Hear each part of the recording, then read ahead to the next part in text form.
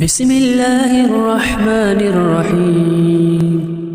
اللهم آنس وحشتي في قبري.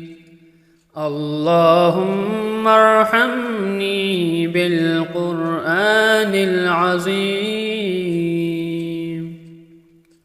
واجعله لي إماما ونورا وهدى ورحمة.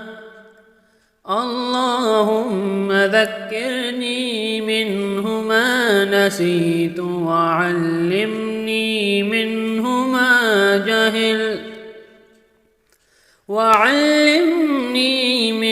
ما جهلت وارزقني تلاوته آناء الليل وآناء النهار واجعله لي حجة يا رب العالمين.